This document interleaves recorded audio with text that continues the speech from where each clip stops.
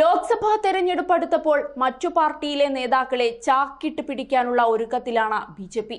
അതിനുവേണ്ടിയുള്ള തന്ത്രത്തിലാണ് ഷാ ഇപ്പോൾ. താൽപര്യമുണ്ടെങ്കിൽ ബീഹാർ മുഖ്യമന്ത്രി നിതീഷ് കുമാർ ഉൾപ്പെടെയുള്ളവരെ എൻ.ഡി.എയിലേക്ക് തിരിച്ചെടുത്തേക്കുമെന്ന കേന്ദ്ര ആഭ്യന്തരമന്ത്രി അമിത്ഷായുടെ പരാമർശം ചർച്ചയാവുകയാണിപ്പോൾ.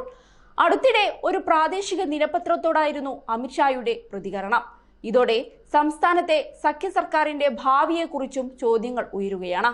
മുൻ സഖ്യകക്ഷികളായ ബീഹാർ മുഖ്യമന്ത്രിയും ജെ.ഡി.യു അധ്യക്ഷനുമായ നിതീഷ് കുമാറിനെ എൻ.ഡി.എയിലേക്ക് തിരികെ സ്വാഗതം ചെയ്യുമോ എന്ന ചോദ്യത്തിന് ആർക്കെങ്കിലും അതിനെക്കുറിച്ച് നിർദ്ദേശമുണ്ടെങ്കിൽ അത് പരിഗണിക്കുമെന്നായിരുന്നു അമിത്ഷാ പറഞ്ഞത്.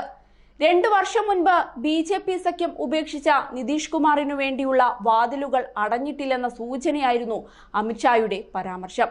നേരത്തെ നിതീഷിനെ ഇനി സഖ്യത്തിൽ ഉൾപ്പെടുത്തില്ലെന്ന് അമിത്ഷാ പറഞ്ഞിരുന്നു. ബി.ജെ.പി. നേതാക്കളും ജെ.ഡി.യുവിന് എതിരെ രൂക്ഷ വിമർശനമാണ് ഉയർത്താറുള്ളത്. ഈ സാഹചര്യത്തിൽ അമിത്ഷായുടെ നിലപാടിലെ മാറ്റം എല്ലാവരെയും അമ്പരപ്പിച്ചിരിക്കുകയാണ്. അതേസമയം വിഷയത്തിൽ പ്രതികരണവുമായി ബീഹാർ ഉപമുഖ്യമന്ത്രിയും ആർ.ജെ.ഡി. നേതാവുമായ തേജസ്വി യാദവ് രംഗത്ത് വന്നു. ലാലു പ്രസാദ് യാദവും നിതീഷ് കുമാറും കൈകോർത്തതു മുതൽ ബി.ജെ.പി. വേദനിച്ചിരിക്കുകയാണ്. അതേ നിരാശയിലാണ് അവർ ഇത്തരം പ്രസ്താവനകൾ നടത്തുന്നത്. ബീഹാറിന്റെ രാഷ്ട്രീയ മണ്ഡലത്തിൽ നിന്ന് ബി.ജെ.പിയെ കഴുകിക്കളയും. ബി.ജെ.പിയുടെ നിരാശയാണ് നേതാക്കളെ കിംവദന്തി പരത്താൻ പ്രേരിപ്പിക്കുന്നതെന്നും അദ്ദേഹം അവകാശപ്പെടുകയുണ്ടായി. വരുന്ന ലോക്സഭാ തെരഞ്ഞെടുപ്പിൽ എത്ര സീറ്റുകളിൽ സ്ഥാനാർത്ഥികളെ നിർത്താനാണ് പദ്ധതിയിട്ടിരിക്കുന്നതെന്നും അദ്ദേഹം ബി.ജെ.പിയോട് ചോദിച്ചു.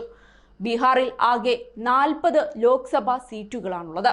മഹാഗത്ബന്ധനിൽ നിതീഷ് കുമാറിന് അതൃപ്തിയുണ്ടെന്ന ഊഹാപോഹങ്ങളെയും തേജസ്വി തള്ളിക്കളഞ്ഞു. മുന്നണിയിൽ എല്ലാം ശുഭമാണെന്നാണ് തേജസ്വി പറഞ്ഞത്. നിതീഷ് കുമാറും ജെ.ഡി.യുവും 2022 ബി.ജെ.പി. നേതൃത്വത്തിലുള്ള എൻ.ഡി.എയുമായുള്ള ബന്ധം വിച്ഛേദിക്കുകയും ആർ.ജെ.ഡിയുമായി ചേർന്ന് മഹാഗത്ബന്ധൻ സർക്കാർ രൂപീകരിക്കുകയും ചെയ്തത്.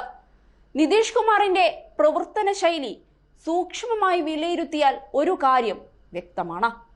പാർട്ടി നേതാക്കൾ മറ്റേതെങ്കിലും പാർട്ടികളിലേക്ക് അനുഭവം പ്രകടിപ്പിക്കുന്നതായി വാർത്തകൾ വന്നപ്പോഴെല്ലാം നിതീഷ് കുമാർ ആ നേതാവിനെ വിമർശിച്ച് രംഗത്തെത്തിയിരുന്നു. ആർ.സി.പി. സിംഗ് ബി.ജെ.പിയുമായി ഒത്തുകളിച്ചുവെന്ന് പാർട്ടിക്കുള്ളിൽ ആരോപണങ്ങൾ ഉയർന്നപ്പോൾ നിതീഷ് കുമാർ ഇടപെട്ട് അദ്ദേഹത്തെ പാർട്ടിയിൽ നിന്ന് പുറത്താക്കിയിരുന്നു. അതുകൊണ്ട് തന്നെ നിതീഷ് ബി.ജെ.പിയിലേക്ക് ചാടുമെന്ന കാര്യം മറന്നേക്കുക. എന്തു വന്നാലും നേതാവ് ബി.ജെ.പിയിലേക്ക് പോവില്ലെന്ന് തീർച്ചയാണ്.